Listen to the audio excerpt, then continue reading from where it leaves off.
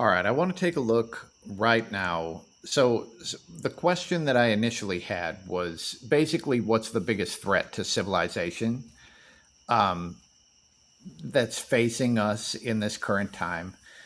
But I think a question that might make more sense is what can we do to keep civilization from dissolving, right? In the face of whatever disasters, because there's so many that could happen, what can we do uh, as a glue, you know, to make sure that our modern civilization doesn't disintegrate? Well, with a root card of a Six of Pentacles, this is about resource allocation. So there is something in here about helping people who have less, right?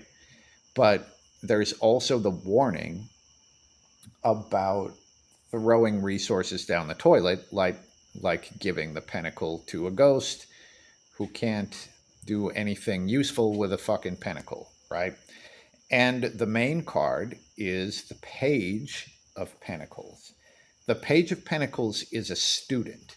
Now, it's interesting because here the person gives the ghost this pentacle, right? And here in the page, so the page has just found a pentacle. Now, you could say that the page is the one who is given the pentacle from the six. So he gets this thing. And the page literally built themselves out of nuts and bolts and spare parts and shit that they found along their way. And here they're like, damn, they know how powerful this thing is going to be as they incorporate it into themselves and who they are. So the Page of Pentacles is talking about trying to maximize um, your abilities, I guess, or to maximize the resources that you have. Whatever you have been given, trying to fully incorporate it into who you are and maximize its potential. I just want to look at either side of this page and we'll kind of do a where it comes from to where it goes.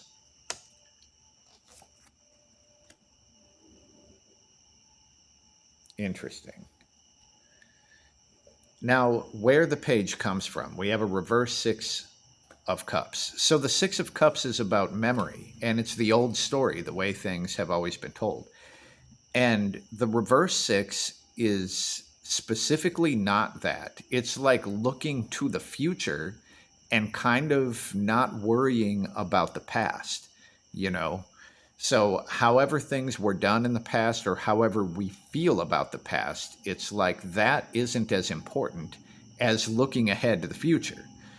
Um, and the page here is maximizing their abilities and their knowledge with what they have, with what they've found, and what they've been given. And as it moves forward, we have a Seven of Wands, which is essentially moving out of an old restriction. So, a lot of the restrictions that we would think are put on us, that would be part of this dynamic where you're not looking at the past anymore. You're looking specifically to the future and emerging into the wide open space. Okay.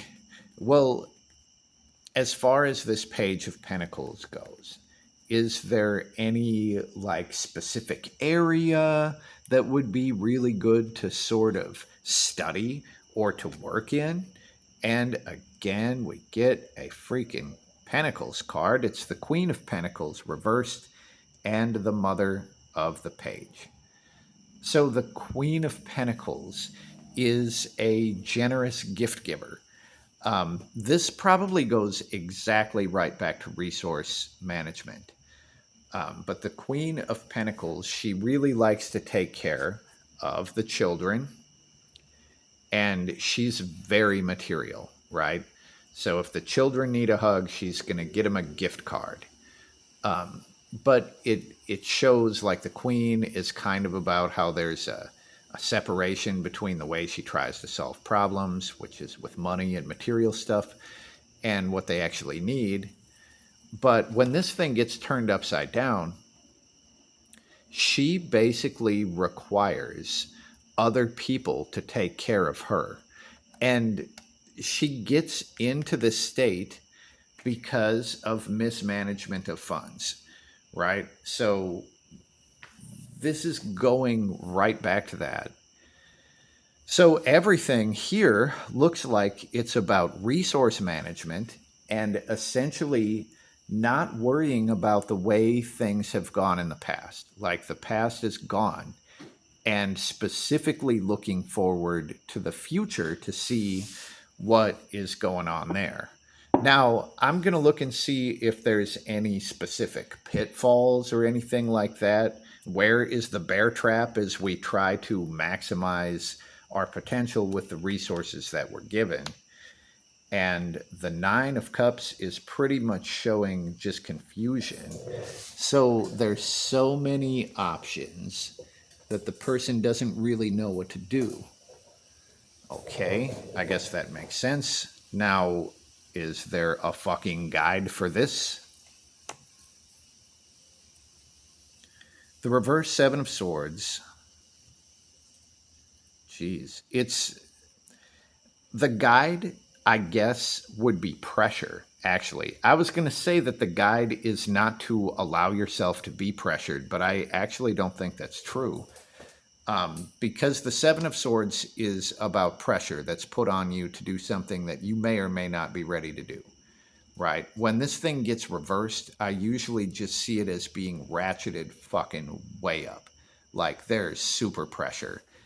And I think it was an episode of Star Trek. It might have been Moriarty in Star Trek: The Next Generation, when he put like a self-destruct thing into the ship or whatever. The ship was going to blow up, and they were like, "Oh my God, how could you do this?" And he said that a deadline has an amazing way of focusing the mind, something to that effect, right?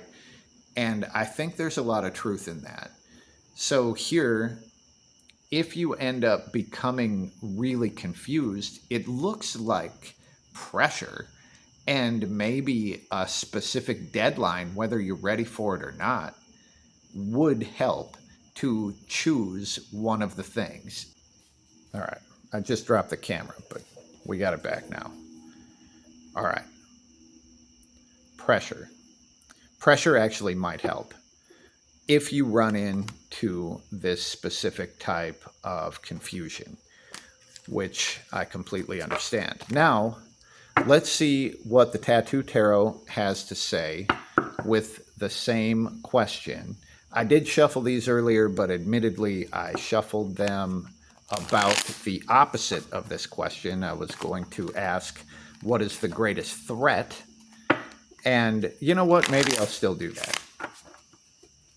So in this case, what is the greatest threat to modern civilization? Ugh.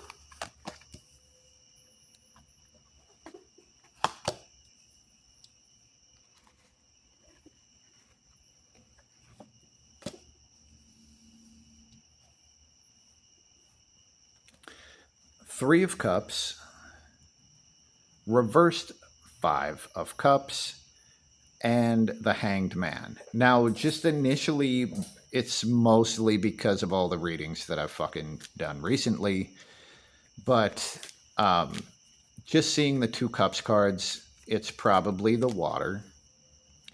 Now, the Three of Cups is this sort of shared emotional experience. The reversed Five of Cups, this is a whole lot of negative emotion, right? I shouldn't say negative, but it's like sadness, right?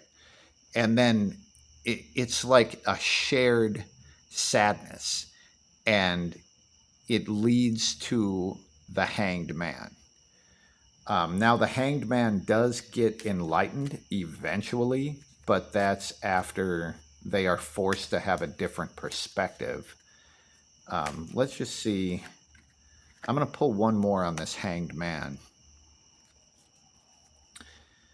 I think what I'm getting out of this is essentially the way that the water is being fucked with will eventually fuck us up emotionally and probably mentally to a huge degree until we are kind of forced to do something different, to look at things from a different perspective because things have gotten so bad.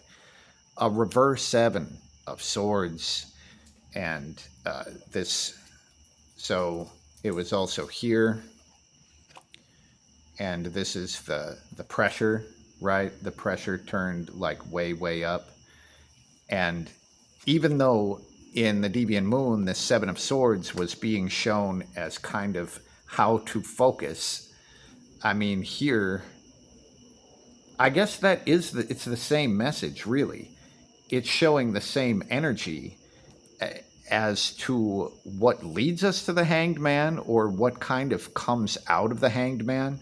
So this is going to give people focus after shit has gone so fucking bad that it kind of, they have to look at things from a different perspective.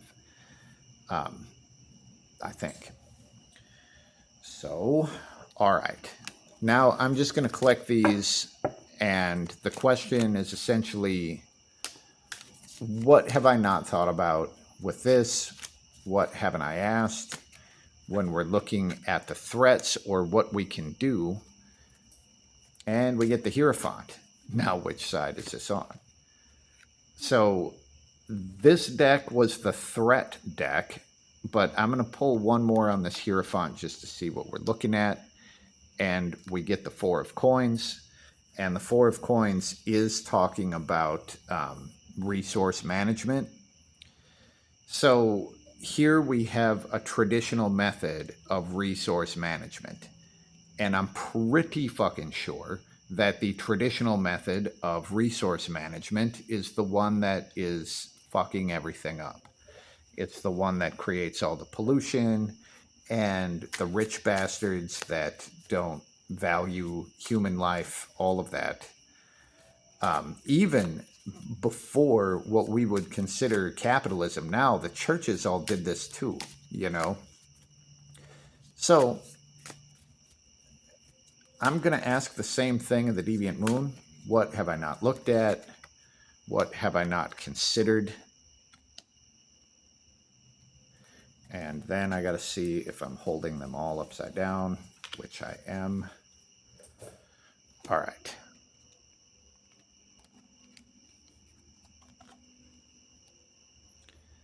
The Fool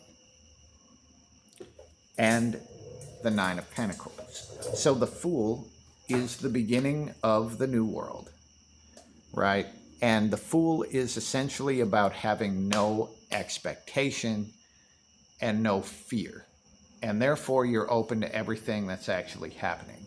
So the fact that the Fool doesn't know anything about their environment is actually their superpower. And here it looks like with this sort of reset of expectation actually comes abundance, which is what the Nine of Pentacles is all about. So it's like if you just reset your expectations of what things are supposed to look like and kind of the way that resources have historically been managed, if you reset that, then there will be abundance, which is interesting. I didn't really think that this was going to go into any sort of a money system type thing. That does seem to pretty much be what it's talking about. But I guess I will leave this here. Let me know what you think about this. That is all for now, and peace.